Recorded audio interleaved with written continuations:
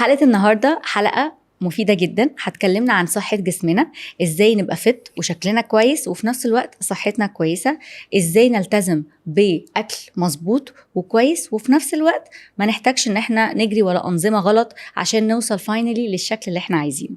معانا النهاردة كابتن أحمد الأمين. شرفتنا يا كابتن. شرف لي. ازاي حضرتك؟ تمام الحمد لله. كله كويس؟ كله الحمد تمام. لله. كابتن، احنا مشهورين قوي وعندنا موهبة خطيرة في ان احنا نشترك في الجيم ونروحش. مظبوط. فعايزين نعرف الموضوع ده بقى ايه، يعني ليه كل الناس تشترك في الجيم ويبقوا اكسايتد قوي وبعدين ما خلاص؟ بصي، هو اول مشكله في الموضوع ده ان احنا بنبقى حاطين اهداف غير واقعيه. أوكي. يعني انا الواحد بيدخل الجيم عايز يوصل لشكل معين او جسم معين، طبعا ما بيوصلوش بالمجهود اللي هو بيعمله، فبيجي له احباط. فهو مشهوره جدا اللي انت بتبقى متحمس اول 4-5 مرات، تتخيل ان انت تلاقي نتيجه مش هتلاقيها، فتبتدي ما تروحش تاني. اوكي. فاول حاجه انا اخترت هدف غير واقعي مبني على السوشيال ميديا وعلى حاجات ملهاش علاقه بجينات جسمي وقدراتي. بالظبط. تاني سبب ان في ناس كتير ما بتلجأش لناس متخصصه، بيروح لوحده وبيشوف حاجات على السوشيال ميديا بيقلدها، فممكن يبقى مختار سيستم مش مناسب ليه خالص لمشاكله أو فبالتالي هو ما بيوصلش لاي نتيجه، وممكن يسبب اصابه، ممكن يسبب نتيجه عكسيه، حاجات كتير من انا اللي بلاقي ناس بتبقى عامله سيف لفيديوز اصلا مثلا على الانستجرام او واتيفر لورك اوتس معينه ويروحوا يلعبوها في الجيم. وهي المشكله ان هم مش عارفين ان التمرين اللي هيعمله ملوش علاقه بالنتيجه خالص. هي الفكره في اللود بتاع التمرين. يعني مفيش حاجه اسمها التمرين ده هيعمل كذا، الفكره هتعمله كام عده، الوزن قد ايه، أوكي. فتره الراحه قد ايه، هو ده اللي بيحدد النتيجه، مش اللي أنا التمرين عملته نفسه.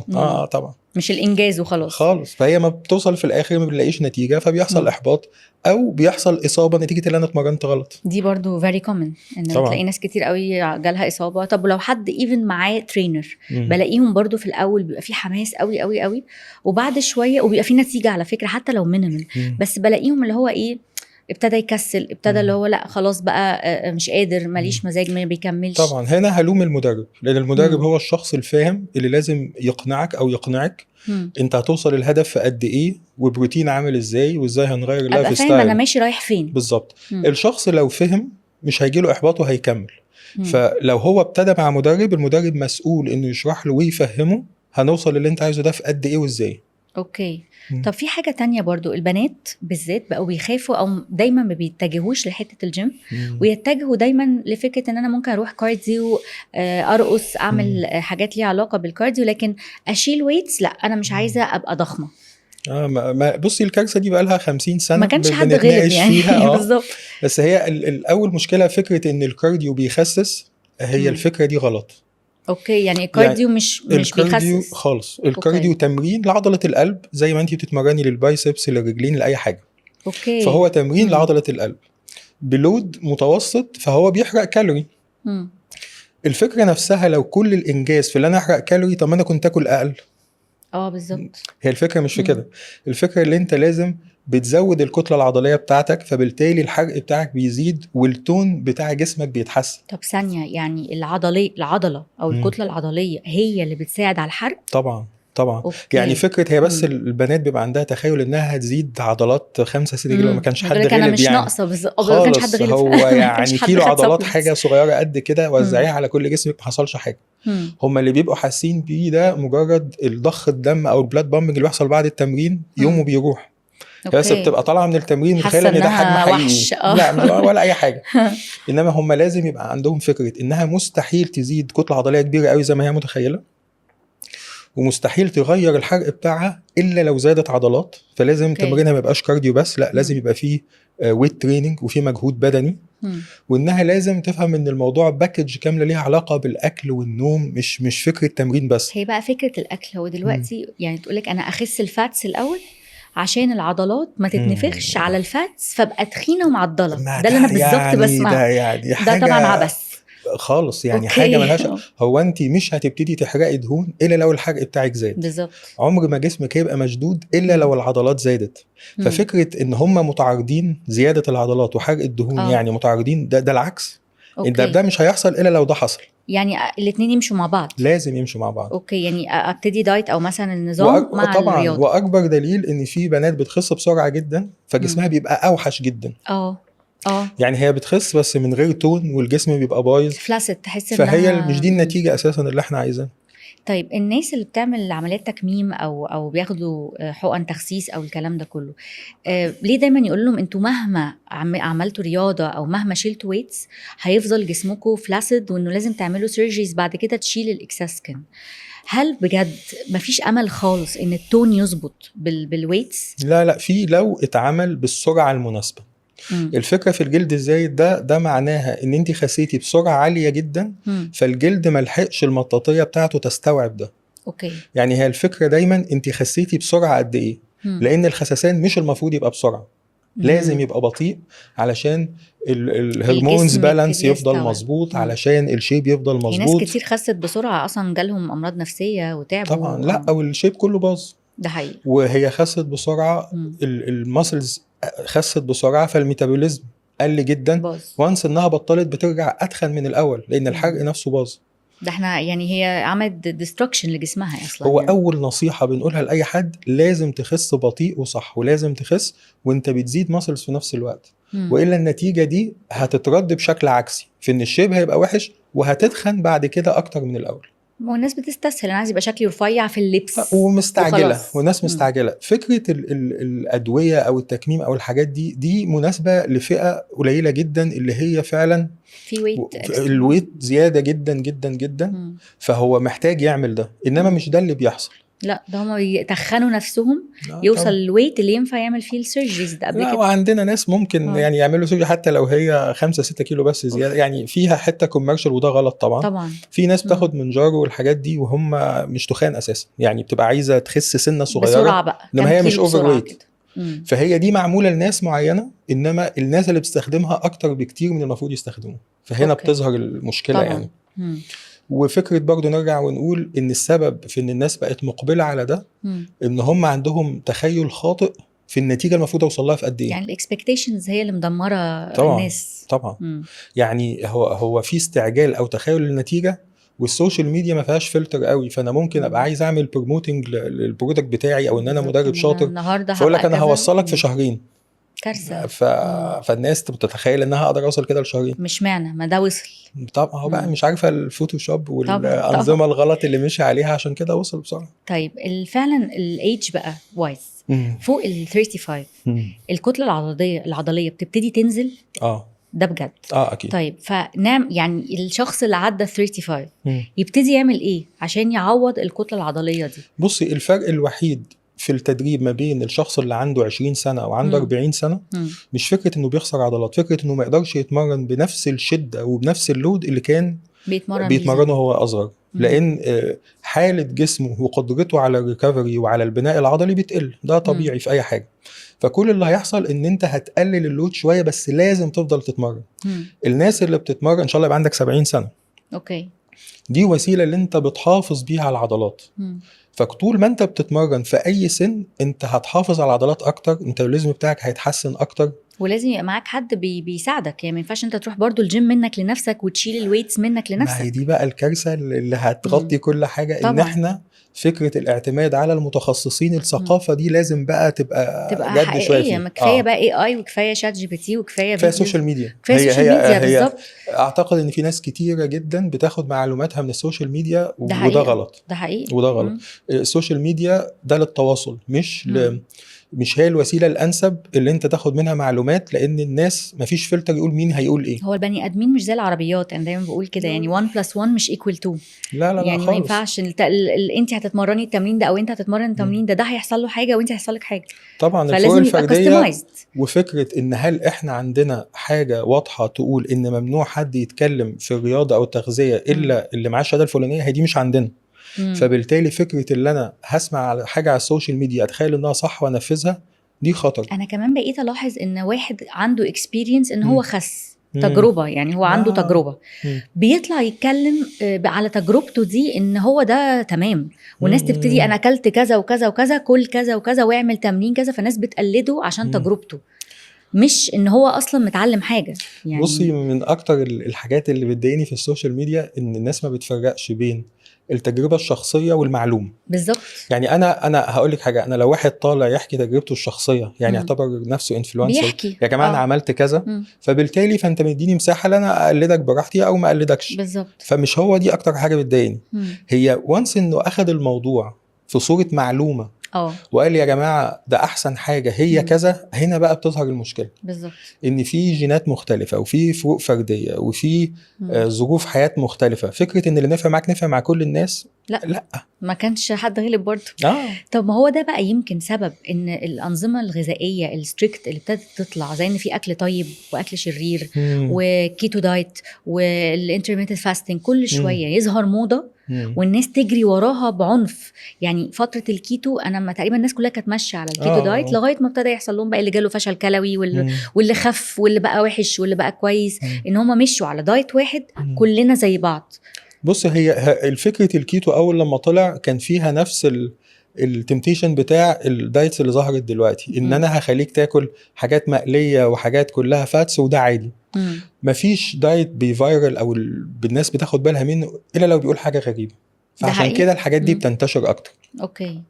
إنما الحاجات دي ممكن تبقى مناسبة ل1% من الناس. ومشكلتنا الأساسية إن فعليا مفيش حاجة اسمها نظام غذائي ينفع لكل الناس. هو كل واحد ليه نظامه الغذائي بالزبط. اللي ينفعه على حسب بقى البادي كومبوزيشن بتاعك وعلى حسب حالتك وجيناتك وحاجات كتير قوي.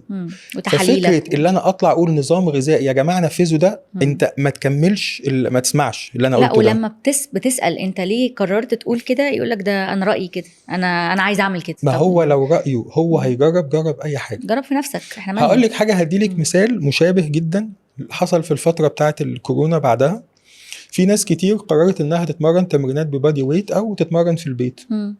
فهتلاقي حد عايز بيرموت لبروجرام معين، فيقول لك انا اتمرنت في البيت بدون جيم بدون اجهزه وزدت 5 كيلو عضلات مثلا. يعني هو اللي بيقوله ده انا بالنسبه لي وبيكذب، بس هفترض ان ده حصل يعني. اوكي. اول ما انت تبتدي تنصح الناس بيه، ما انت لا، انت لازم تبقى تقول لي الفسيولوجي ده انت جبته منين وازاي المصل زادت بالبادي ويت. انت هتخلي حد ينفذه طبعا. يبقى انت دي جريمه يعني. دي بقى مشكلتي مع كل انظمه الدايت اللي بتطلع من باب ان انا بقول حاجه غريبه والدليل بتاعي اصلا انا جربته ونفع.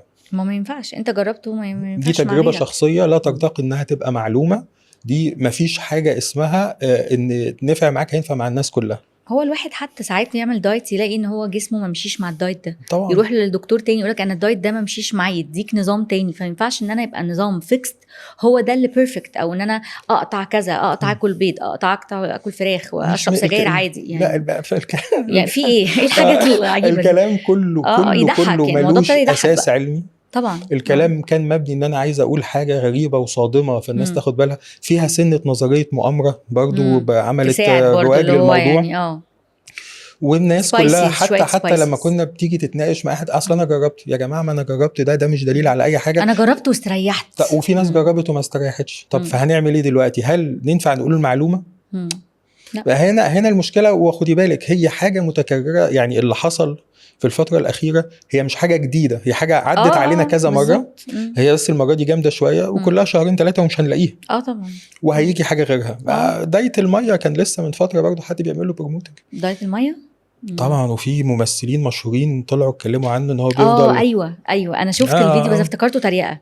لا حقيقي بيقعد حقيقه يعني تالي 10 ايام يشرب ميه بس. أيوة حاجه كده يعني. انا شفته يعني لسه هتلاقيها كتير، لسه في حاجات هناكل بقى زرع بس وحاجه هايل. يعني احنا انبسطنا قوي النهارده يا كابتن، والحلقه بجد اكسايتنج جدا وفي معلومات انا بالنسبه لي جديده. واخيرا هنشجع الناس ان هم يهتموا بجسمهم صح. لازم. مش بنقلد سوشيال ميديا او بنقلد ناس نعرفها او نعرفهاش وخلاص. احنا لو يعني هنطلع بنصيحه واضحه، بس لو احنا قدرنا السوشيال ميديا ما تاخدش منها معلومه الا لو حد فعلا متخصص. الفلتر ده بس لو احنا قدرنا نوصل له تهيألي الدنيا تبقى احسن كتير. يا ريت. هي الناس بقت بتجري ورا اللي مش متخصص عشان عارف بتجري ورا الحاجه المختلفه او الغريبه، ودي مشكله في حد ذاتها. طب البري ورك اوتس دلوقتي ناس كتير قوي بيمشوا في الاول بتبع نظام البري ورك اوتس وحد مديهم الانستراكشنز، بعد شويه بيمشي مع نفسه. بنلاقي بقى تاكيكارديا، ضربات في القلب سريعه، بنلاقي تعب. يعني البري ورك اوتس هل هي خطر والسبلمنتس خطر ولا ليها طريقه مظبوطه يتمشي عليها؟ بصي، السبلمنت مش خطر لو احنا استخدمناها صح. فكره السبلمنت اللي انت بتاخد حاجه ناقصاك او بتكمل لك اللي ناقص في اكلك، زي فكره الفيتامينز. زي بالظبط. هي لازم تبقى انت فعلا محتاج السبلمنت علشان يبقى مفيد. لو احنا اخدناها بعشوائيه او اخدناها من غير نظام، هنا الخطر بتاعها. البيور كاوت دي حاجات بتدي لك انرجي او باور اللي انت تتمرن بشكل اقوى. فبالتالي لو انا اساسا شده تمريني بسيطه جدا، او انا شخص بتمرن في مستوى متوسط جدا، هي غير مفيده ومش مطلوبه خالص. هي دي لازم ابقى انا بشيل اوزان تقيله، بتمرن بشده يعني عاليه، يعني لناس معينه، مش اي طبعا. حد كده داخل الجيم بياخد بري ورك اوت. لو هو اصلها مش، في ناس بتاخدها كانها قهوه بتفوقها. أيوة. لانها ليها شرب. انا كنت فاكره كده اصلا. لا ده غلط. هي انت لازم تبقى وصلت لمستوى معين، شده التمرين عاليه، الاوزان تقيله، فانت محتاج بوش، وانت عندك الماسلز وعندك الطاقه اللي انت فعلا تساعدك تستخدم ده في التمرين. لو انا اخدت البري ورك اوت واساسا تمريني شدته متوسطه، انا كل ده بقى اوفرلود عليا على قلبي وعلى جسمي. ولازم تبقى طبعا تحت اشراف متخصص، يبقى حد دارس تغذيه رياضيين، مش دارس تغذيه، مش اي حاجه وخلاص. لا يعني مش طبيب، هي مش دارس تغذيه علاجيه. هي طالما بنتكلم عن سبلمنت، دي ليها دراسه متخصصه ليها علاقه بتغذيه الرياضيين. فهو لازم الشخص ده هو اللي يبقى متابعك ومتابع اكلك، ويقول لك انت محتاج تاخد ايه بالظبط. وليها طبعا سن وليك معين، انت برضو مش طبعاً. لاي حد، يعني مش بنثبت خالص. هي مفيش حاجه اسمها سبلمنت. السؤال المستفز بتاع ان حد يروح لواحد يقول له اخد ده ازاي، يقوم قايل له او غلط. هو انا لازم اعرف انت بتاكل ايه حياتك فيها ازاي، فبالتالي انت ايه اللي ناقصك، فبالتالي هتاخد مكملات عامله ازاي.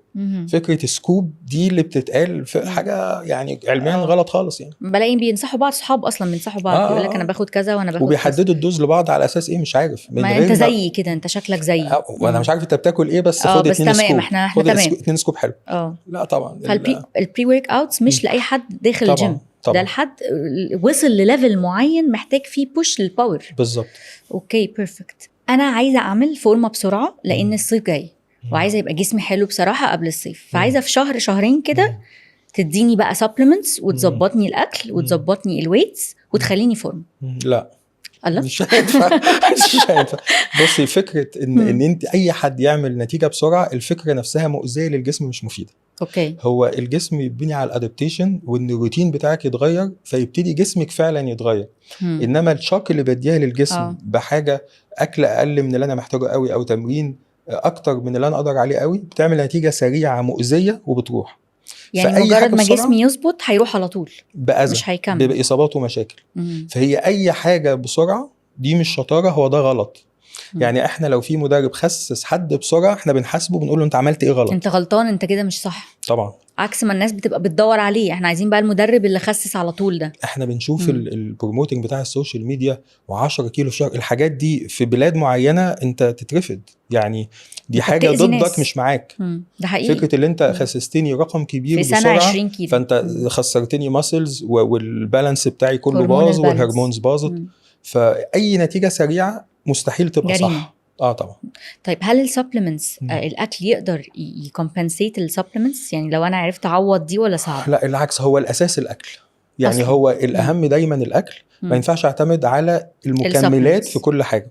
هو الطبيعي اللي انا بحاول اوصل بالاكل لكل حاجه، والمكملات الغذائيه بتكمل لي اللي ناقص. لان في ناس بتستسهل وبتعتمد عليها بس، ودي ليها اضرار بقى. بنبتدي القيمه الغذائيه بتاعه الاكل بتقل جدا، اللود على الكدني، فهاخدها كسبلمنتس طبعا، فهيبقى لود كبير جدا على الكدني وعلى الليفر وحاجات كتير.